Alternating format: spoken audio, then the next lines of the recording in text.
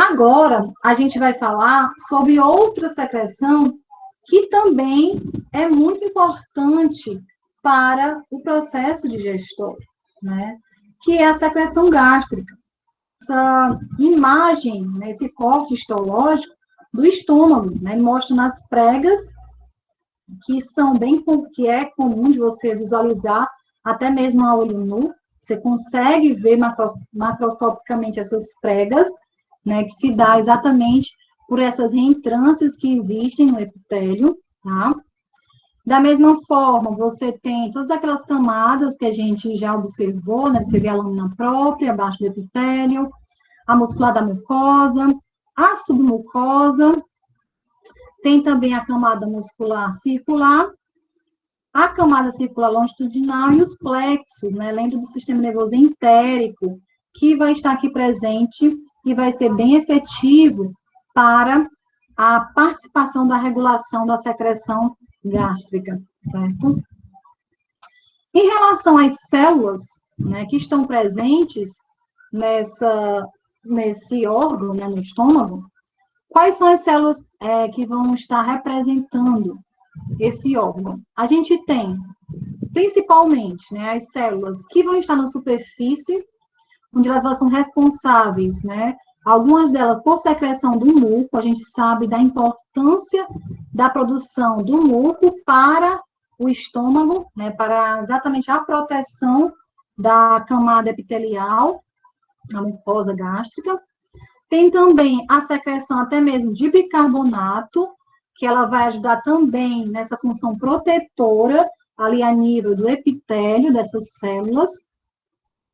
Existem também as células parietais, que são as mais conhecidas, né, que são células essas que vão produzir a secreção ácida, né, o HCl, e tem também as células principais, que vão produzir a enzima do estômago, né, que é a enzima, que é o pepsinogênio, né, que ele vai ter essa ação inicial da digestão das proteínas. E aí a gente lembra que o pepsinogênio, ele é liberado no estômago na sua forma inativa, que a gente chama de zimogênio. E ela vai ser ativada graças à presença do HCl no estômago, né? É a própria acidez do estômago que vai ser responsável para que esse pepsinogênio seja convertido em pepsina, e aí sim você tenha a ação da enzima, né, que vai ser a pepsina nas proteínas e digerir peptídeos menores, né, até conseguir esses peptídeos irem para o duodeno e continuar o seu efeito, né, digestório para a absorção dos aminoácidos. Então, a gente tem essa riqueza de células mucosas, células essas que vão produzir o muco e o bicarbonato, tá?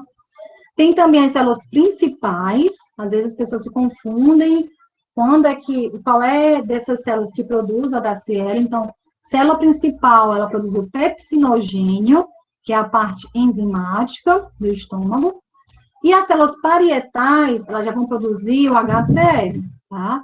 Que é essa responsável pela acidez estomacal e que é importantíssima, como eu falei para vocês, para gerar esse ambiente, né, ácido, esse pH baixo, de cerca de 3, que vai ser favorável para a ativação da enzima pepsinogênica. Além disso, essas células parietais, elas produzem um fator, né, um fator chamado fator intrínseco. E o que é esse fator intrínseco? O fator intrínseco, ele vai ser responsável pela absorção da vitamina B12 a nível de íleo, né, que é a última porção do intestino delgado. Então, lá no íleo, você vai ter a absorção dessa vitamina, mas é necessário esse fator para que você tenha a absorção da cobalamina, né, da vitamina B12, certo? Bom, então as células parietais, né, falando um pouco mais delas, então você já sabe muito bem que ela é responsável pela produção do HCl, né? E que ela vai auxiliar na digestão das proteínas. Isso porque ela é responsável por ativar o pepsinogênio em pepsina. Essa pepsina, que é a que tem a ação de digerir as proteínas em peptídeos menores, ela só vai ocorrer graças à presença desse ambiente ácido, e que é importantíssimo para que haja essa ativação do pepsinogênio em pepsina, e aí você inicia a digestão das proteínas, né? E, além disso, esse ácido também vai ser importante porque ele gera essa acidez, também tem uma ação bactericida, né? E tem essa função também de proteção contra os micro-organismos, né? Então, essa acidez também é importante, tá? Então, o que acontece é que essa célula parietal, né, essa célula lá do nosso estômago, vai sofrer a ação dentro dela da anidrase carbônica, tá? Essa anidrase carbônica vai reagir nesse dióxido de carbono e na água e vai gerar produtos, esse que são o próton e o bicarbonato, tá? Esse próton gerado pela célula parietal, que veio dessa reação iniciada pela anidrase carbônica, o que vai acontecer?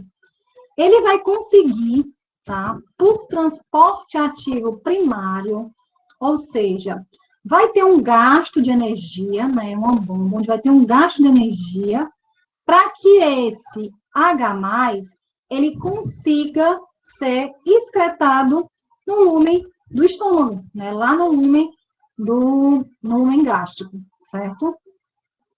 O que acontece é que esse é um movimento, como eu disse para vocês, com gasto de energia. Então, mesmo da forma com que ele pega esse próton e secreta para o lúmen, o potássio que está no lúmen, ele é carreado para dentro da célula parietal, tá? Então, esse transporte ativo primário com gasto de energia é ele que favorece, né, essa saída do próton para fora, né, digamos assim, dessa célula parietal, ou seja, ser secretado para o estômago, mas junto com esse movimento, né, uma troca, onde o potássio, onde o próton sai e o potássio entra na célula parietal, certo? Essa energia, né, que é gasta para que haja essa passagem do próton dessa célula parietal para o lúmen, gera um gradiente em que existe, né, essa ativação do transporte ativo secundário, em que há uma troca desse bicarbonato, tá, que foi gerado pela anidrase carbônica, e aí esse bicarbonato, ele consegue, através de um trocador, ele consegue sair para a direção do plasma e, em troca, o que é secretado do plasma para a célula parietal? O cloreto, né? Então, dessa forma, você tem a entrada do cloreto do plasma para a célula parietal, e assim, né, ele já tem, estando aqui dentro da célula parietal, é que a gente consegue, através de canais de cloreto, que ele perpasse, né, que ele seja transportado para o lúmen gástrico, tá? Então, a chegada do HCl no estômago, ele vai se dar inicialmente por estímulo da anidrase carbônica no CO2 e água, gera os produtos H+ e bicarbonato, vai ser liberado esse próton para o lúmen estomacal através de uma bomba de troca H+ e potássio, e esse bicarbonato, ele vai ser transportado para o plasma e o cloreto vai ser secretado, né, para dentro da célula parietal, e aí sim você consegue que esse cloreto, graças aos canais de cloro, ele seja transportado para fora da célula. E é dessa forma que a gente consegue obter, né, esse transporte de HCl para o nosso ambiente estomacal, né? E assim conseguir reduzir o pH para que a gente tenha efetivamente essa acidez que é necessária dentro do estômago. Bom, aqui ele está mostrando quais são as alterações morfológicas que acontecem nas células parietais quando ela está em repouso, ou seja, não tem nenhum estímulo para que haja a secreção e produção do HCl.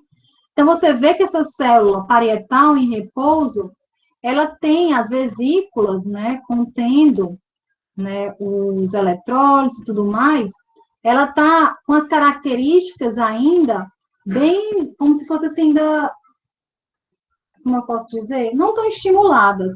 Então, você não vê nem muito essas reentrâncias que a célula parietal tem de forma mais exacerbada, que a gente chama de escanalículos, né? Eles estão bem mais diminutos em comparação à célula que está estimulada, tá?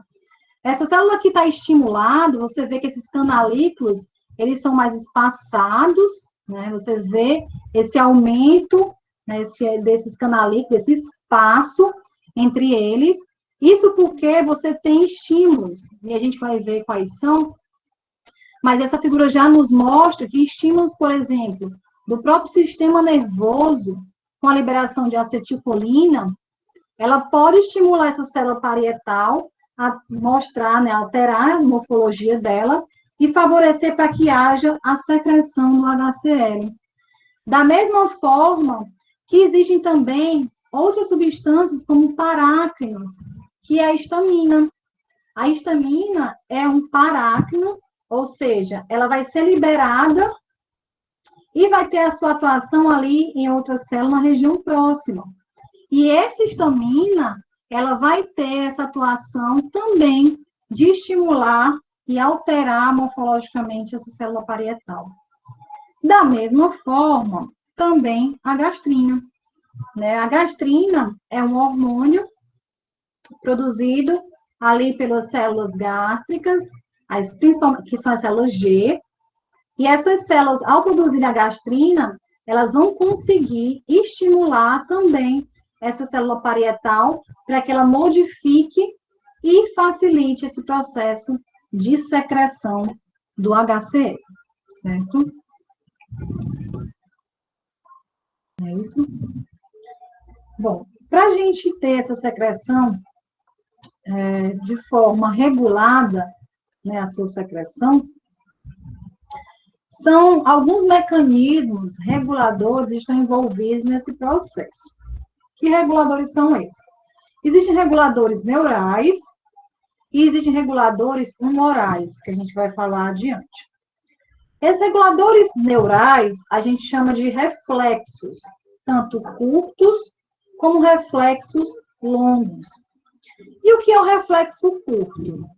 O reflexo curto é exatamente a resposta, né, um estímulo, mas essa resposta ela vai ser realizada exatamente pelo sistema nervoso entérico. Então, é uma resposta ali local, né? É uma resposta em que a presença do alimento no estômago, ele vai sensibilizar esses plexos, nessas projeções do plexo, que estão aqui irrigando o epitélio do estômago, e vão se sensibilizar e vão responder dessa forma, estimulando as células secretoras, como no caso, a célula parietal, que é a célula que vai produzir o ácido, né? O ácido, a célula de HCl, desculpa, a secreção de HCl, tá? Aqui ele está só mostrando que o ácido vai ser importante para a ativação da empepsina, tá?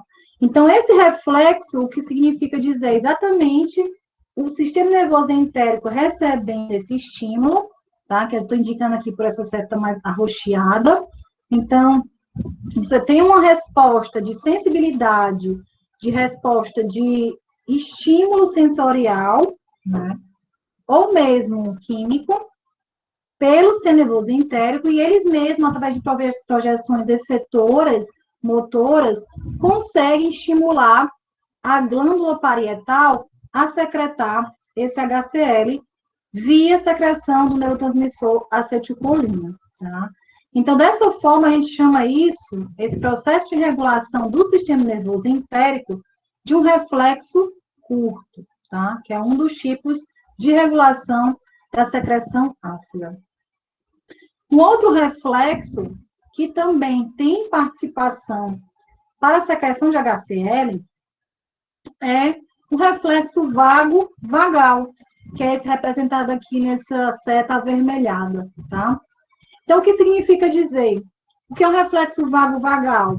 Aqui, nesse caso, quem vai, né, receber esse estímulo e responder esse estímulo é o nervo vago.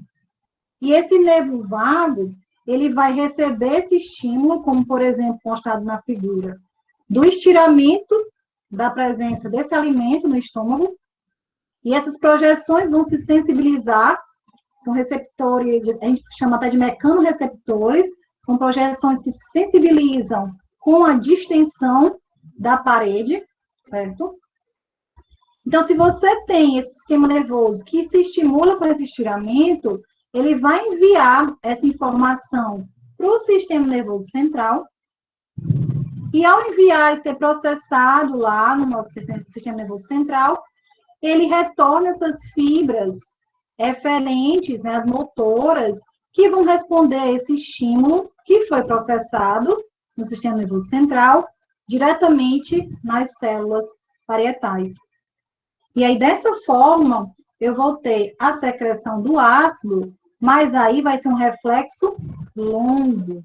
Então, é dito reflexo longo porque é um reflexo que tem a participação do sistema nervoso central, né? Então, você tem, a gente pode dizer que é um caminho realmente mais longo para a resposta da secreção do HCl, tá? Então, esses dois tipos de reflexos, seja o curto, ou seja, o longo, eles vão ser responsáveis pela modulação da secreção ácida do estômago, certo? Então, aqui mostrando nesse reflexo curto, ao ser ativado, né, ao ser estimulado, no caso, sistema nervoso entérico, você tem essa resposta da célula parietal secretando o ácido, né? Só que esse estímulo de reflexo curto, além dele diretamente agir na célula parietal, ele também age em células endócrinas, né? Vocês viram que o sistema nervoso, ele age em várias células endócrinas, estimulando sua secreção. Nesse caso, a participação na secreção ácida vai ser como? Porque esse reflexo do sistema nervoso entérico, ele pode, em vez de diretamente agir na célula parietal, ele pode estimular as células endócrinas, que são as células G.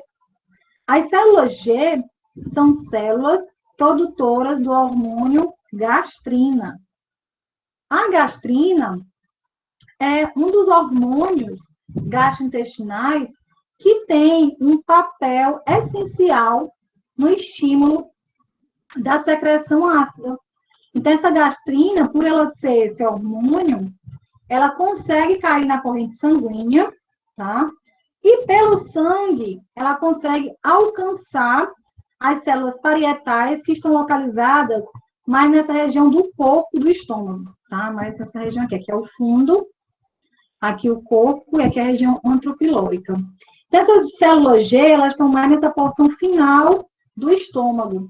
Então, ela precisa cair na corrente sanguínea para que ela consiga atingir, né, regiões mais distantes e consiga induzir, como, por exemplo, o estímulo da célula parietal para secretar o ácido.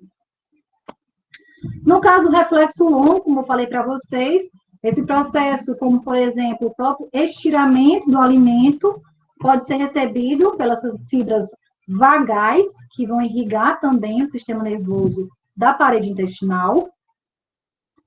E dessa forma, diretamente, ele pode levar o estímulo da célula parietal a secretar o ácido. E dessa forma, ela pode, de forma direta, só que lembra que a informação ela vai para o sistema nervoso central, ser processada, e aí ela vem respondendo na célula parietal, causando esse estímulo, tá? E aí, uma outra forma que pode acontecer em relação ao reflexo longo é também um estímulo dessas fibras na célula G.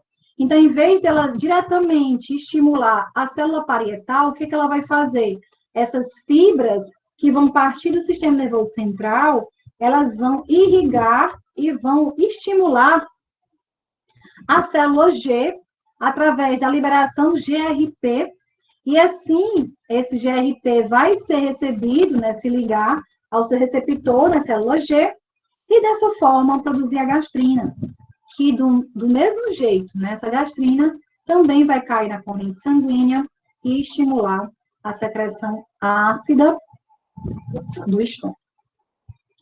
Então, se a gente fosse colocar num quadro de resumo, como é que ocorre as ações de reflexos, né, as ações de controle nervoso em relação à secreção ácida, a gente tem duas principais, né?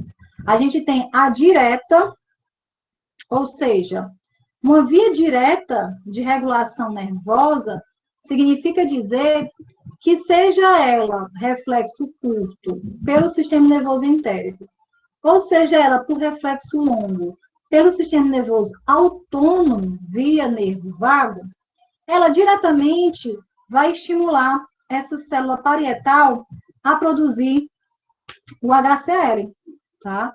Então, isso é a via direta. Ela tem essa ação diretamente, realmente é direta, né? Diretamente na célula parietal. Então, você tem esse estímulo direto para a liberação do HCl. No caso da via indireta, que é um outro tipo de via para esses reflexos, o que vai acontecer? Em vez dela diretamente estimular a célula parietal, o que esses reflexos podem fazer? Eles estimulam as células G, como eu falei para vocês, que são células produtoras desse hormônio, que é a gastrina. Então, essa gastrina, que quando ela alcançar a corrente sanguínea, ela vai conseguir estimular, via corrente sanguínea, as células parietais, e aí sim você vai ter esse estímulo da secreção de HCl aumentado, potencializado, né? Então, esse bolo alimentar, quando ele é deglutido aqui, passa pelo esôfago para o estômago, você tem inicialmente os reflexos longos e curtos que diretamente vão estimular a secreção de ácido.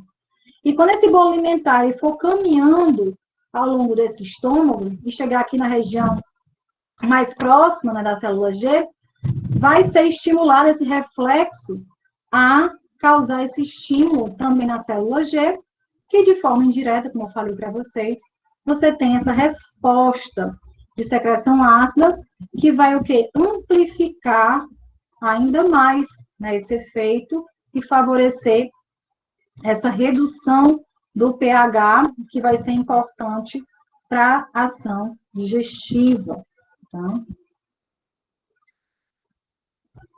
E assim como o controle neural, nós temos também o controle humoral, tá? Aqui, o que eu falei para vocês no slide anterior, eu foquei somente nos reflexos neurais, né? E aqui vocês podem até observar a presença do nervo vago, estimulando aqui as células, né? O nervo vago e o sistema nervoso entérico aqui, representado por essa faixa vermelha. Então, o que foi falado no slide anterior seria somente essa parte aqui, né? O estímulo nervoso estimula as células que estão envolvidas na secreção ácida. Mas, em relação ao controle humoral, como eu falei para vocês, esse reflexo neural, ele vai ser importante também para estimular as secreções hormonais ou parácrinas, que vão ser responsáveis pela secreção ácida também. Então, por exemplo, o próprio reflexo, como eu mostrei para vocês, seja ele reflexo curto ou reflexo longo, que agora você já sabe o que significa, qual é a diferença, eles vão estimular essa célula G a produzir a gastrina, que eu falei para vocês, e assim ela vai alcançar a corrente sanguínea para liberar o HCl. Então, a gastrina, ela é considerada um tipo de controle humoral, né? Um controle hormonal para essa questão da secreção ácida. E eu falei para vocês também que existe um parácrino, né? Que também ele vai ter uma participação importante como um potencializador da secreção ácida, que é a histamina. Então, existem células no estômago que são chamadas de células SL, que significa células enterocromafins. Essas células, elas vão ser importantes porque, ao estímulo do reflexo, seja ele curto, seja ele longo, você vai ter a liberação da histamina, e como um parácrino, né, que vocês já viram também isso, ele vai ser liberado ali na lâmina própria, nas adjacências, e você vai ter esse efeito da histamina nas células próximas ali do tecido gástrico, tá? Então, você também tem a histamina como outro grande influenciador para que a célula parietal, ela produza esse HCl, né? E aquele mostrando, né, esses canalículos da célula parietal bem mais espaçados, mostrando que ela está sendo estimulada, né, para a liberação desse HCl, e que ela pode sofrer a ação desses outros, além da gastrina, também tem a histamina. Bom, essa figura aqui também é bem interessante, porque ela nos mostra, além de estímulos que vão estimular, de fato, né, que vão potencializar essa secreção do ácido gástrico, também a gente vai ter um controle disso, porque a gente tem que ter um equilíbrio, tem que ter um estímulo de acordo com a necessidade, com a presença do alimento, mas em determinadas situações você vai ter que suprimir, né, essa acidez, e que você não vai ter mais necessidade desse ambiente ácido, porque esse alimento já vai continuar o seu caminho ao longo do trato gastrointestinal. Então, existe também controle hormonal envolvendo esse processo, e a gente vai ver como. Então, aqui mais uma vez mostrando a histamina, né, que é essa das células enterocromafins. Então, ela está ali localizado a nível de corpo gástrico, ou seja, por ser um parácrino, essas células enterocromafins, elas estão próximas às células parietais. Então, essa histamina, quando ela for liberada por essa célula, ela vai conseguir, né, ela vai ser disseminada ali na lâmina própria, né, vai passar ali pela lâmina própria, e ela vai conseguir alcançar o seu receptor na célula parietal. E aí, dessa forma, você consegue estimular a secreção ácida desse estômago, né? Mas o que poderia estimular a histamina a ser liberada, né, e agir na célula parietal? Eu falei para vocês que tem a ação do reflexo, né? Tanto o reflexo curto como o reflexo longo. E aí a gente pode observar aqui, ó, o nervo vago, ele conseguindo liberar o seu neurotransmissor e ligando a receptores específicos aqui na histamina para que haja a sua liberação, né?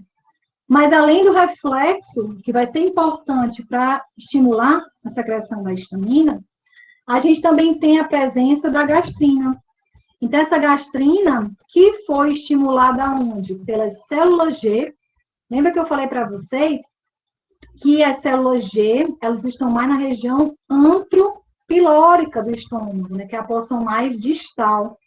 Então, quando ela foi estimulada para ocorrer essa secreção e produção e atingir a corrente sanguínea, ele sai, ó, lá do antropilórico, que é a região mais distal, e ela vai percorrer na corrente sanguínea até chegar no nível do corpo, né, do estômago. E aí sim você conseguir, existem receptores nessas células que vão conseguir ativar a secreção de histamina dessas células, né? Então a gente pode dizer que a histamina, vai estimular, potencializar essa ação da liberação do HCl pela célula principal, tanto por reflexo longo e curto, né, o controle neural, como também por um controle humoral através da gastrina. Entretanto, como eu disse para vocês, é importante que a gente tenha um equilíbrio. Você tem um estímulo porque você tem a presença do alimento, mas tem que ter um equilíbrio dessa secreção para que você também não tenha uma geração de um ambiente altamente ácido, né? Muito menor que 3, 2, enfim.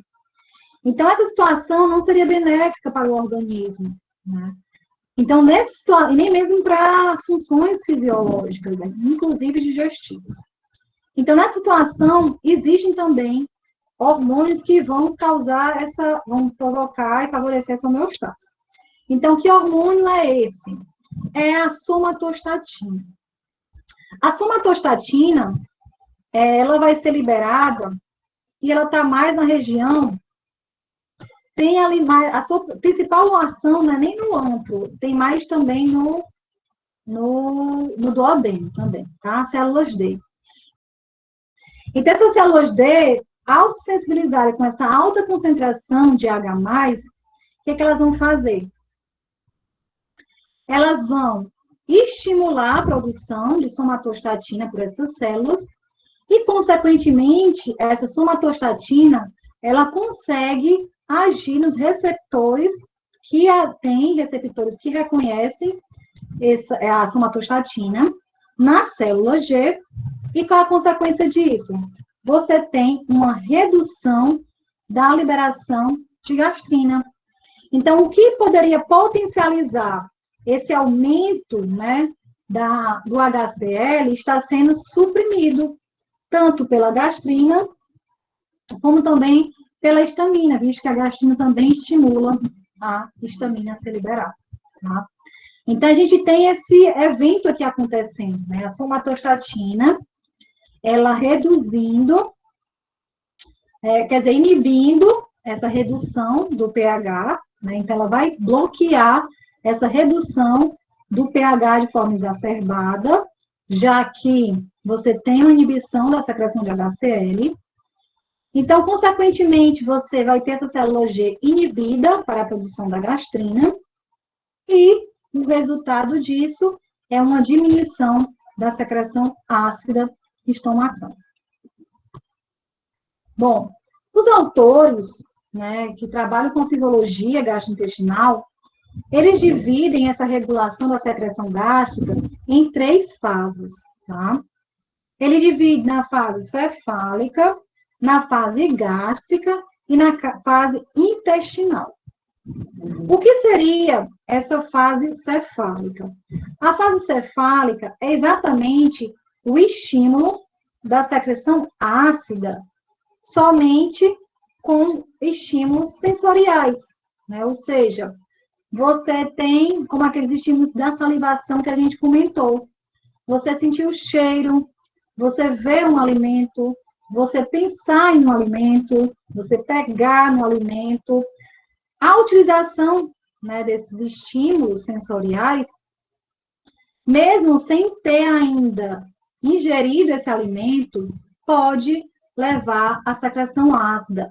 Isso é tão real na prática que alguns de vocês, se vocês forem observar, podem já ter acontecido isso com vocês, mas se vocês estiverem nesse período, né, de jejum, e que vocês tiveram estímulo nesse momento, só de ter, né, essa visão, ou do olfato, enfim, qualquer estímulo desses que eu comentei do alimento, você sente uma acidez estomacal. E isso se deve exatamente a esse reflexo, porque a gente consegue, através de reflexos do sistema nervoso central, que parte, né, nosso córtex, e vão, né, ao longo do tronco, cerebral, medula, levar as fibras que vão irrigar, que vão se comunicar lá com a célula parietal e induzir a secreção gástrica, certo? Então, isso é a fase cefálica. A fase gástrica, como não está dizendo, é exatamente essa regulação da secreção de HCl, ou mesmo até da parte enzimática, tá? Em que você tem a presença do alimento. Ou seja, o alimento tem que ter sido deglutido, ter chegado no estômago, e aí a própria presença desse alimento vai estirar esse estômago, e quando ele estirar o estômago, ele vai conseguir estimular o reflexo para que haja o estímulo, como eu falei para vocês, né? Esse estímulo que induza a secreção de HCl. E a terceira fase é a intestinal. E o que significa dizer essa fase? O que está envolvido com ela? É a presença do alimento no duodeno. Então, esse alimento, quando ele chegar no duodeno, vai ser importante porque esse bolo alimentar, que é ácido, né?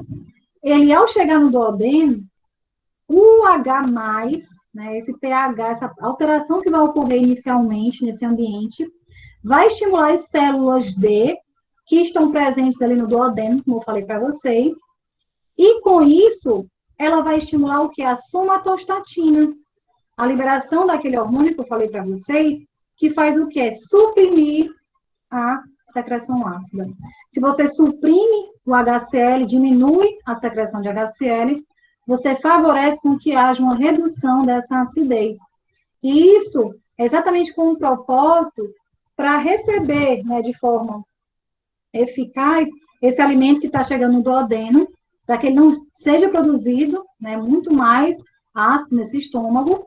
É como se desse uma parada nesse estímulo, já que já está chegando alimento no duodeno, para que ele seja neutralizado com a secreção pancreática de bicarbonato e assim consiga também continuar o seu processo digestivo, né? Então, o estímulo da presença do alimento no duodeno sinaliza essas células de que pode já diminuir essa secreção de HCl, visto que esse alimento já está continuando o seu percurso. Por quê? O alimento, ele só chega no intestino quando ele está realmente digerido em partículas diminutas, como eu falei para vocês. Então, se ele não consegue atravessar o piloro, que é essa região de barreira estômago-intestino, se tiver em uma partícula grande. Ele precisa ter a ação digestiva, a ação também do movimento do estômago, que vai degradar. Então, se ele chegou no duodeno e a presença da acidez, é um sinal de que esse alimento já está sendo digerido e que ele precisa continuar seu percurso. Se ele continua esse percurso, eu não preciso mais liberar HCl, né? Não preciso mais ter esse estímulo de liberação de HCl. E aí, mostrando, né, em termos de mais fácil, para vocês visualizarem tudo que eu falei, então, essas experiências, né, de visuais do alimento, de sentir o cheiro do alimento ao cozinhar, de você pegar no alimento e sentir a textura, tudo isso estimula o sistema nervoso central, tá? A nível nervo vago, que pode se comunicar com o sistema nervoso entérico, né, a participação dos dois reflexos. E aí você também tem a participação da parte hormonal, né, a gastrina sendo liberada, estimulando a histamina a liberar HCl, como eu falei que é a forma mais indireta. Também pode estimular a célula G e a gastrina diretamente estimular essa secreção, como também o próprio reflexo, né? Seja ele curto ou longo, estimular diretamente essa célula parietal ou indiretamente a histamina, né? Eu falei para vocês que nós temos tanto as vias diretas como as vias indiretas desses estímulos. Mas, em suma, o resumo seria esse, né? Você tem estímulos neurais, estímulos hormonais e também paráquinos, tá? E isso só em relação à fase cefálica, que é essa que não tem a presença do alimento no estômago. E a fase gástrica intestinal, como eu falei para vocês, é exatamente essa relação com a presença do alimento no estômago, no caso da gástrica, e a intestinal quando esse alimento chega no intestino, né? Então, nessa fase, aqui especificamente, eu coloquei essa figura, mas ela poderia representar as duas fases, tá? Poderia, na verdade, só acrescentar aqui a questão do H+, além da distensão do bolo alimentar, mas ambas você tem essa participação do sistema nervoso entérico e também do sistema nervoso autônomo, tá? E aqui você vai ter, da mesma forma, né, o estímulo da liberação da gastrina, que essa gastrina vai tanto estimular a histamina a ser liberada, como também diretamente ela pode estimular a célula parietal a liberar o HCl, né? E o que seria o diferencial dessa fase, né, principalmente a intestinal, é a questão desse equilíbrio, né, essa liberação da somatostatina, que ela vai ser importante para inibir a célula G. E aí, dessa forma, eu vou ter uma redução da secreção da gastrina, consequentemente, uma redução da secreção da histamina, e aí você vai ter uma resultante de uma diminuição da secreção ácida, que também é importante, que a gente viu, que a gente precisa também ter um equilíbrio em relação a esse estímulo de secreção ácida.